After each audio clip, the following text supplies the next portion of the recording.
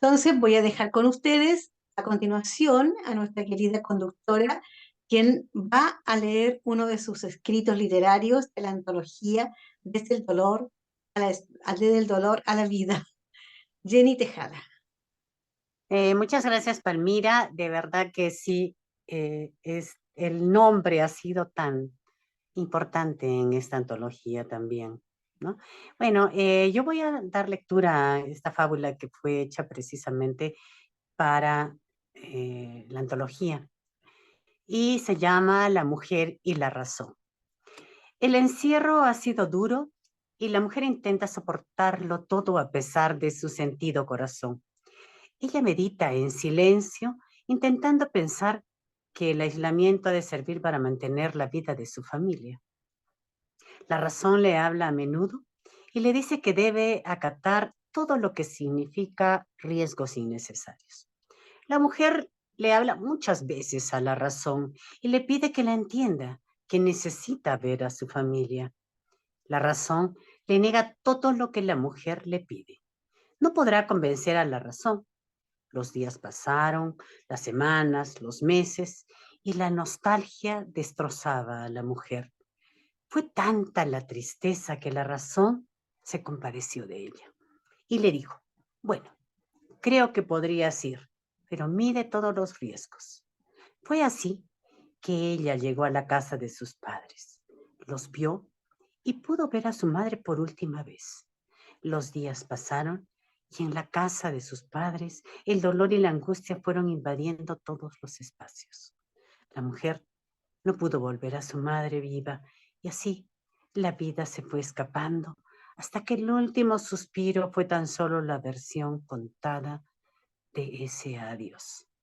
Moraleja, algunas veces la razón ha de dar paso a los sentimientos, porque finalmente el amor ha de prevalecer, aunque parezca irrazonable. Muchas gracias.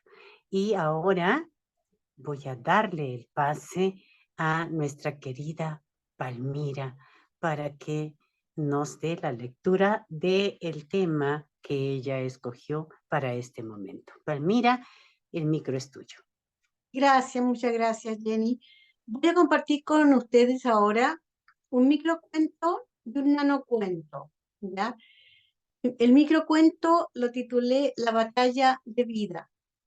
Llegó corriendo a casa aquella mañana en que se anunció la pandemia, producto de un virus letal llamado COVID-19. El mundo se enmascaró para evitar contagio. ¡Mamá! Gritó Leopoldo. ¿Qué pasa, hijo? ¿Por qué no estás en el colegio? Porque se va a acabar el mundo. La madre abrió sus ojos negros y estornudó. No, mamá, no estornudes o te van a encerrar. La madre abrió de nuevo sus ojos negros y volvió a estornudar. Esta vez se tapó la boca, dejó de respirar. Y el nanocuento se titula La mascarilla. Dejó un día de suspirar, estalló en llama, llamó a los bomberos. La mascarilla salvó ilesa. Gracias.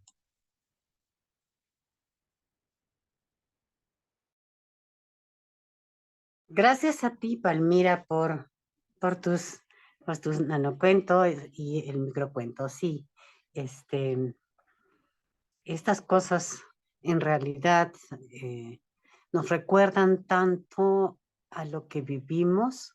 Yo en realidad la fábula es una cosa vivida, fue algo que lo pasé y así es que bueno, vamos a intentar hablar de todo esto, de cómo nos fuimos sintiendo con cada una de las cosas que nos ocurrieron a todos en forma personal, a todas nosotras. Bueno, no puedo decir todos en este instante porque solamente estamos todas mujeres en este instante, pero pues cabe decir todos a los que también nos están escuchando, a los que nos van a ver más adelante a través de la página del colectivo Mailén. y también en el YouTube. Entonces, pues vamos a empezar.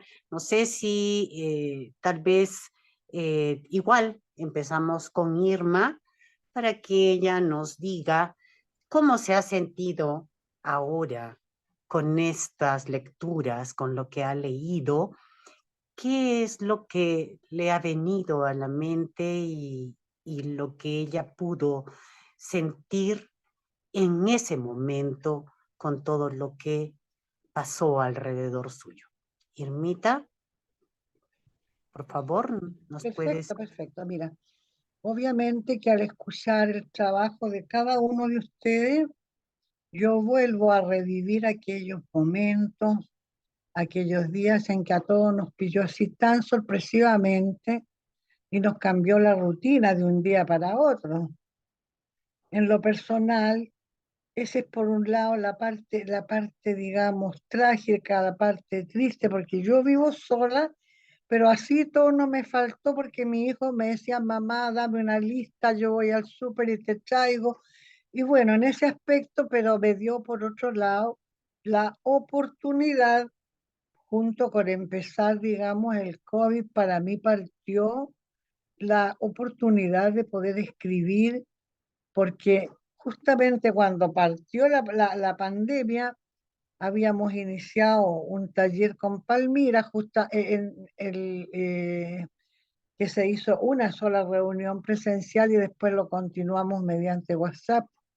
Entonces, para mí también esto tuvo una parte buena y una parte mala, porque a lo mejor yo todavía tendría mis cosas guardadas y no habría hecho nada con ellas si no fuese por la pandemia.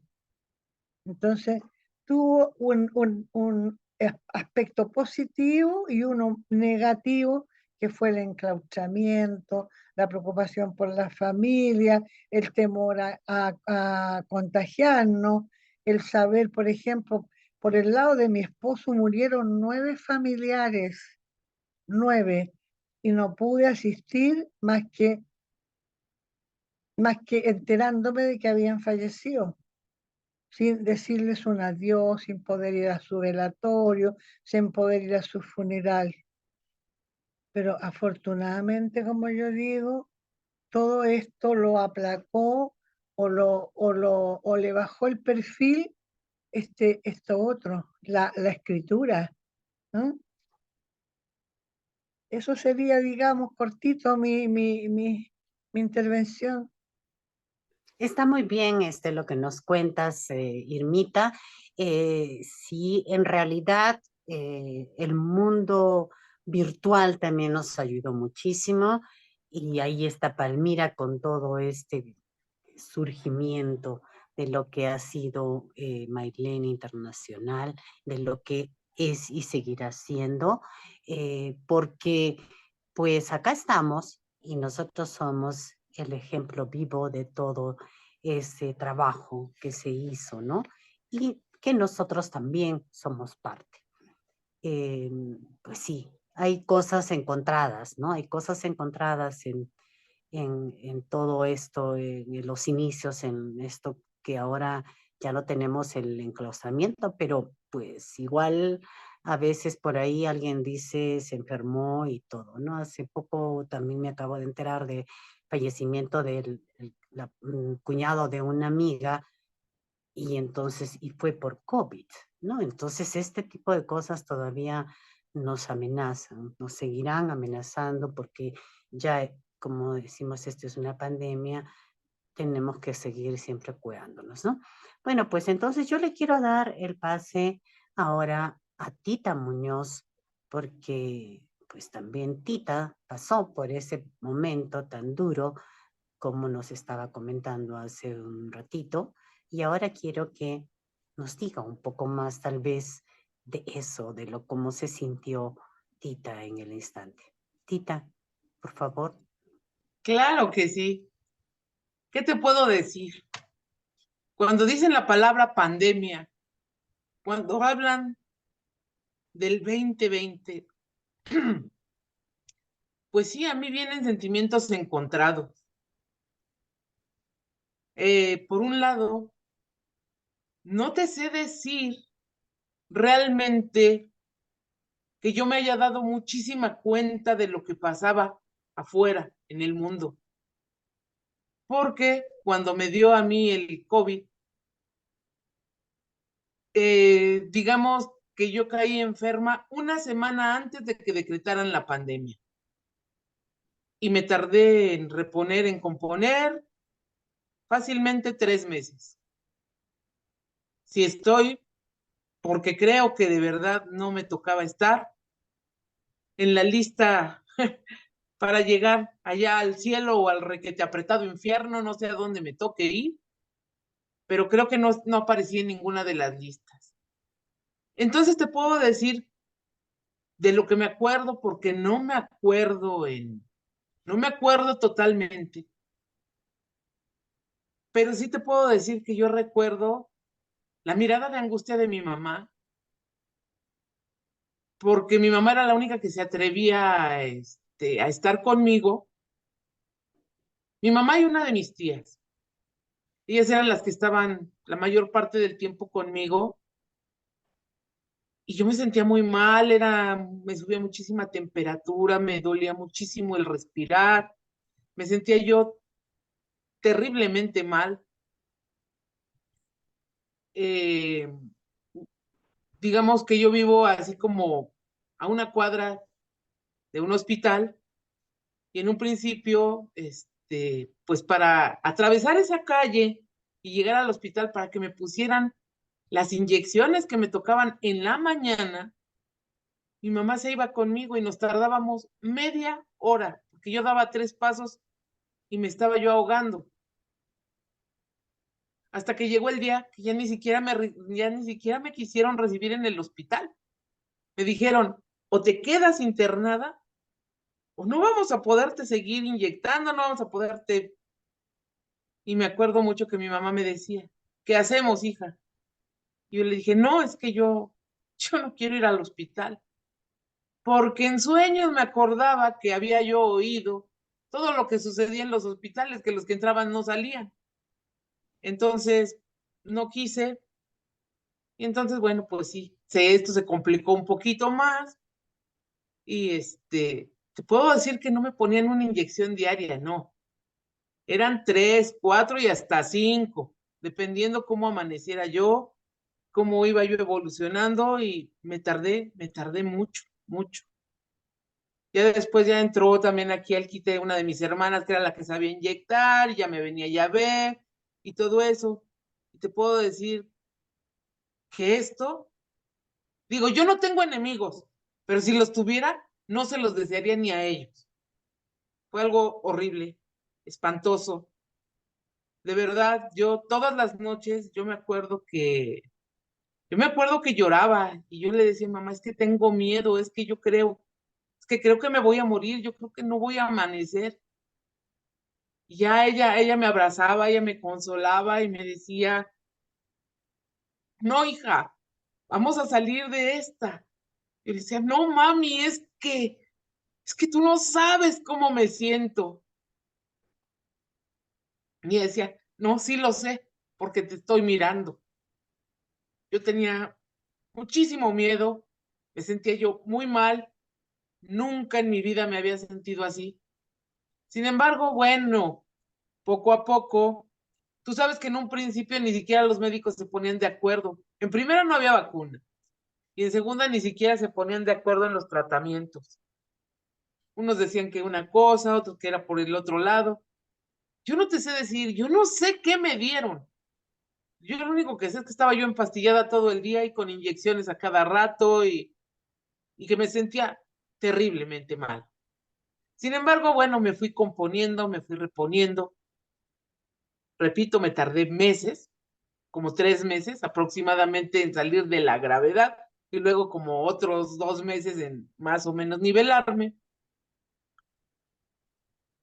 Y fue cuando empecé a darme cuenta de este encierro, de que nadie podía salir, del uso del cubrebocas o barbijo, no sé cómo lo llamen ustedes. Y pues sí, estaba yo sumamente asustada. Pero como dices tú, las redes así como que nos fueron salvando. En ese entonces yo contaba cuentos, unos cuantos, ahí de repente. Y entonces, pues empecé a través de las redes a conectarme. Fue cuando yo descubro el colectivo Mailen y a otras personas y me empiezo a conectar. Y entonces empiezo a hacer mis cuentos, que en un principio me costaba mucho trabajo, precisamente porque quedé afectada, ya no quedé igual. Me costaba trabajo, pero bueno, empecé ahí a conocer a más gente, empecé a hacer algo de radio por internet y esa es mi historia. Bueno, pues muchas gracias, Tita, por compartir con nosotros esa es una historia de vida, ¿no? Es una historia de lucha. Tal vez tú no te diste cuenta de que sí estabas peleando y luchando para poder seguir adelante. Y el amor de tu madre, ¿no? Qué importante. Em, bueno, pues entonces le voy a dar el pase a Sherry para que ella nos diga, a ver, su propia versión o sus propios sentimientos hacia tanto a lo que escribió como a lo que de repente pasó a su alrededor. Gracias, Jenny. La verdad es que al comienzo yo no creía en esto. Pensé que era alguna estrategia de alguien para distraernos por ciertos acontecimientos que también estábamos viviendo como país. Y después que presté un poco más atención, tuve mucho miedo, como angustia. También pensaba que no iba a ver más a ciertas personas. Realmente me desesperaba. Y después, con el tema de los permisos, que era muy agobiante porque uno tenía que salir y a veces los sistemas para pedir permiso estaban caídos. Pasaba bastantes problemas y fui acumulando tantos permisos porque había que salir por alguna u otra razón. No es porque uno quería ir a pasear. La verdad que este tiempo yo estoy siempre en casa. Mis últimos años he estado abocada a funciones dentro de casa, entonces muy poco que salgo. Y el hecho de que me impusieran que no tenía que salir, eso a mí me provocaba una especie de indignación, de injusticia, pero tenía que aceptarlo porque corría el riesgo, ¿cierto? Si salía a pesar de todas las precauciones, como escribía ahí en el poema, exacerbando el uso de alcohol. Y yo justamente compraba mucho alcohol por mi trabajo que estaba realizando acá en casa, ocupaba harto alcohol para desinfectar ciertas cosas. Y sin embargo, también me di cuenta el aprovechamiento que hubo respecto del el alza de precios de esas cuestiones que subieron en un 100, en un 200%, en cosas que antes costaban muy baratas. Entonces, la parte industrial, comercial y de la gente en sí, también era aprovecharse de las circunstancias tan nefastas que estábamos viviendo, tan desesperantes, como que no había mucha colaboración de nadie. Y también coincidía con mi inicio en el tema de las literaturas, que siempre lo había estado dejando afuera de mi vida. Yo no quería dedicarme a esto. y coincide con este tiempo complejo y que hay que hacerse la pregunta, ¿qué hago ahora? ¿Qué hago? O sea, no había trabajo porque no habían eventos. Yo trabajaba, hacía productos para eventos y sucede que no hay eventos. Entonces, ¿qué? Era una confusión en mi cabeza, la verdad. ¿Qué voy a hacer ahora? Dije, hasta acá nomás llegué. Entonces están las literaturas.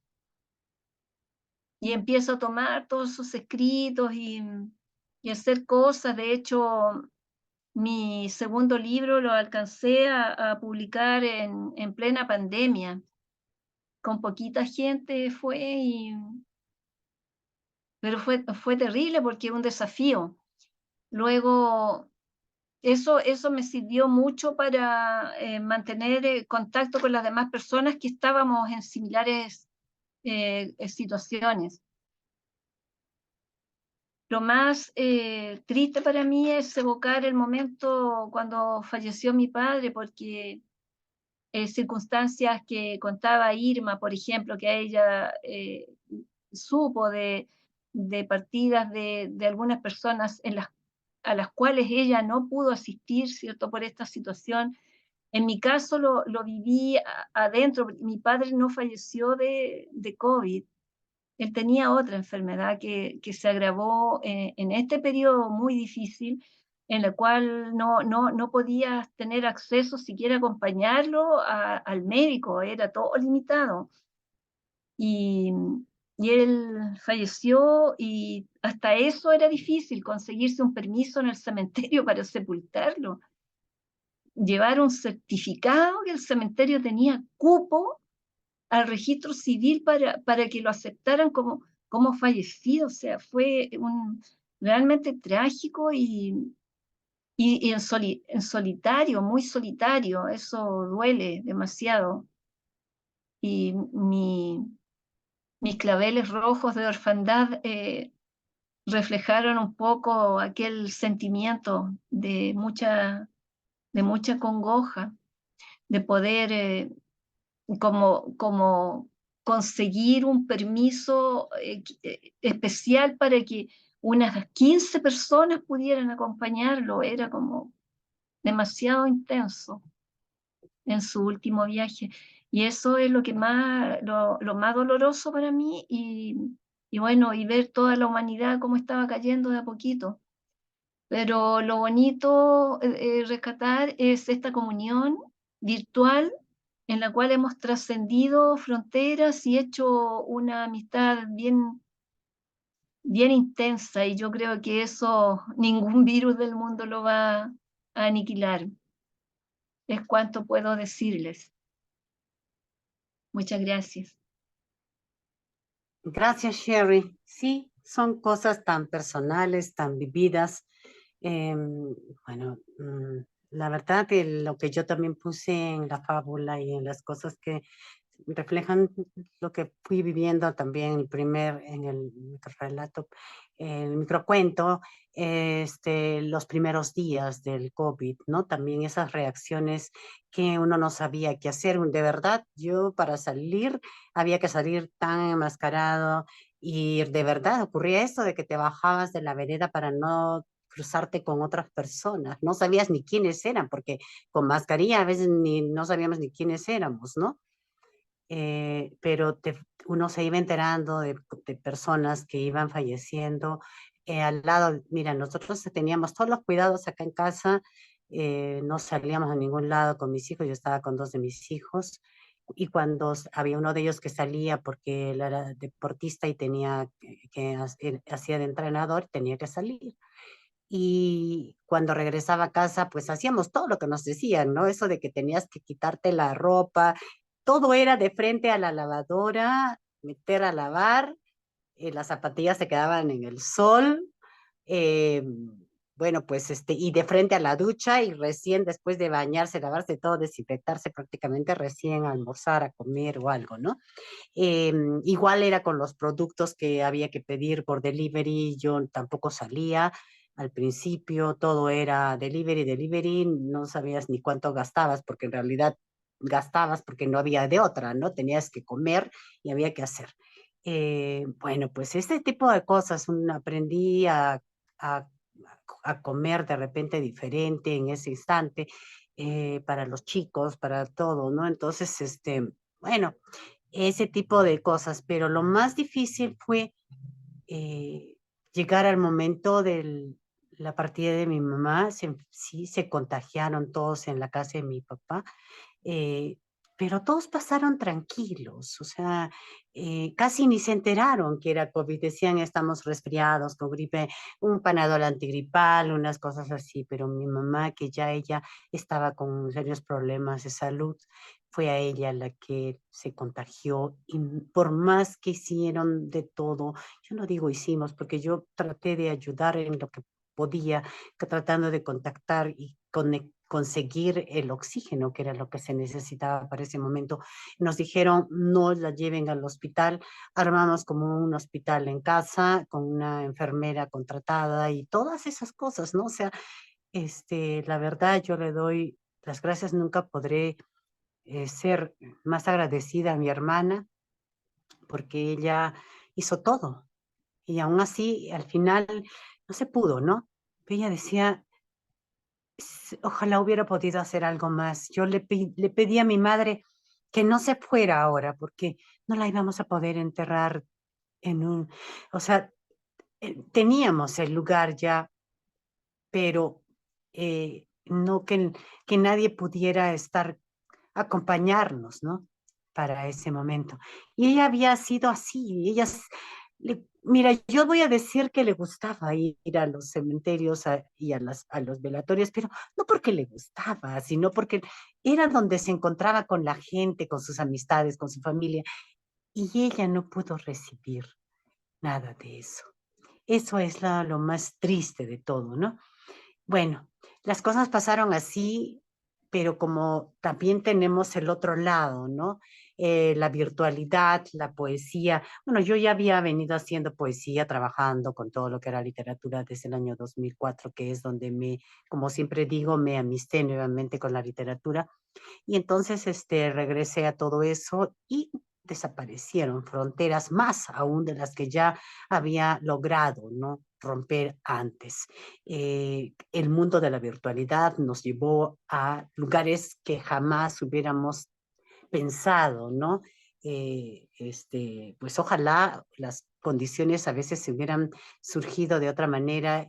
Y hace poco me invitaron para ir a Sudáfrica, no pude estar allá.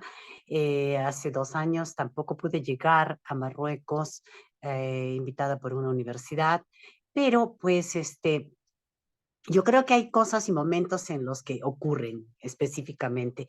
Cerraron el aeropuerto en Marruecos, o sea que si me hubiera ido para ese evento, me hubiera tenido que quedar como un mes sin poder moverme ni regresar a casa, ¿no? Entonces ahí creo, como dice Palmira, hay cosas que nos pican, vamos a decirle así, en nuestro cerebro, en nuestro corazón, que nos dicen y nos dan luces de por qué no ocurre una cosa y por qué ocurre otra. Entonces, pero las amistades las hemos tenido, las hemos armado y hemos formado realmente grupos importantes con personas de diferentes países. Así es que, pues, muchísimas gracias de verdad, a todos ustedes por estar acá con nosotros. Quiero dejar el micro con Palmira para que ya tal vez nos cuente o cierre, no sé, creo que ya se está terminando el tiempo. Palmira, por favor. Gracias, Jenny, gracias. Sí, he escuchado con mucha atención los testimonios de ustedes. Irma Reyes, Irmita. Entonces, quiero, ¿cómo se llama? Bueno, en el caso de mío, pues ya ustedes conocen cómo nació Mailén, ¿no? Y bueno, Irma, que sabe muy bien que yo estaba recién llegada allá a Talca, a la linda ciudad sureña de la zona central de Chile, y bueno, estaba iniciando con otras poetas una agrupación, ¿ya? que puse el nombre de agrupación literaria Mailén, para poder de esa manera, bueno, alcanzamos a hacer, digamos, como 4 conversatorios, ahí donde tuve la oportunidad de conocer a Ana María Lepe, tuve la oportunidad de conocer también a Julio César Marín, a Julio, sí, bien digo, y a Irma Reyes, en el club de lectores de la María Angélica Ramírez, ¿ya? Bueno, ahí en ese club de lectores yo comencé un taller literario donde estuvo Irma también participando y tuvimos exactamente, como ella dice, una sola sesión presencial cuando anunciaron ya la pandemia, cuarentena, en fin. Entonces se me cortó la inspiración así en el momento y yo digo, la misma pregunta de todos, ¿qué hago ahora? Bueno, y así surgió Mailén. La historia ustedes ya la conocen porque yo la he ido contando también a través de mi muro de perfil, en fin.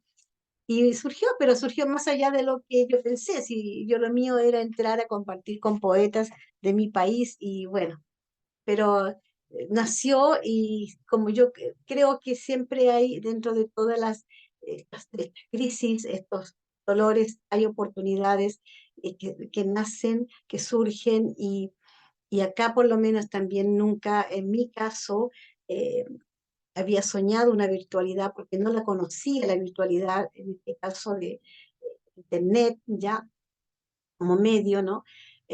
Aparte de trabajar en mi computadora para todo lo que sea mi trabajo profesional como docente acá en mi país. Entonces, la experiencia que se ha logrado a través de estos años, 3 años ya, lo rico es rescatar justamente que este dolor, del dolor a la vida, de lo que, tal cual como ustedes los han aquí dado su testimonio, ya es que cuando llegamos al fondo, como le sucedió a Tita, ¿no? Con toda su experiencia, al fondo de ese dolor, ¿verdad? Y tenemos todavía las oportunidades para la vida. Entonces, es el título en sí de la antología, Desde el dolor a la vida, nos permite, ¿ya? Pensar solamente con esa frase, ¿ya? De que en todas circunstancias de nuestra vida, ¿cierto? El dolor no nos puede aniquilar. El dolor es para resucitar, para seguir, ¿cierto? Dándole a la vida, como decimos.